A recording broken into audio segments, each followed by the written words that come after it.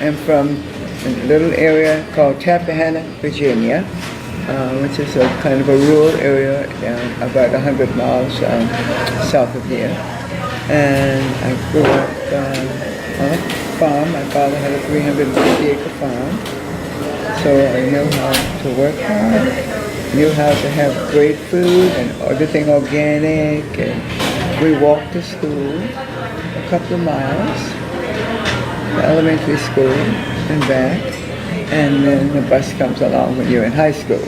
But I think that just kind of allowed me to have a stamina that's strong. And I'm 84 years old. I don't take medication. I don't know the last time I've had a Tylenol. So we opened Ben's Chili Bowl here in Washington, D.C. on August 22nd, 1958. I went to school in Richmond and then came to Washington and worked at Industrial Bank, which is a minority-owned bank that exists still today, now being operated by the third generation of the original family. My husband came from Trinidad to matriculate first at the University of Nebraska in Lincoln, Nebraska, and then on to Washington to attend Howard University's dental school. He had a serious accident, walked onto an elevator one day, injured his back severely, was not able to complete the dental school program. But he'd worked his way through college by working in restaurants.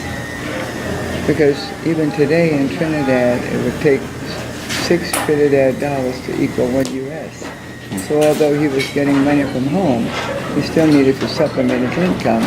And financial aid back there wasn't as it is today. So he worked.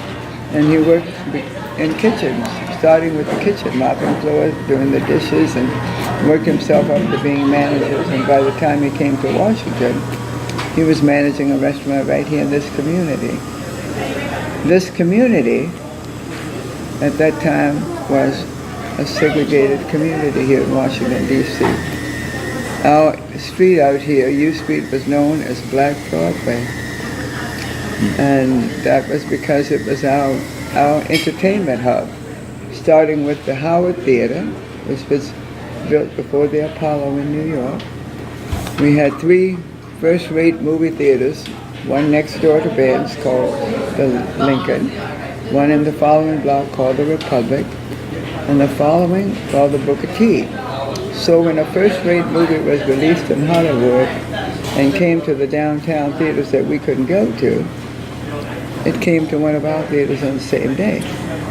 And this was a very busy community. Imagine we've got movie theaters here, one next door to Ben's, with a show at what, 1 o'clock, 3 o'clock, 5 o'clock, 7 o'clock, 9 o'clock, and then a late show on weekends. So that brought a lot of people in the community.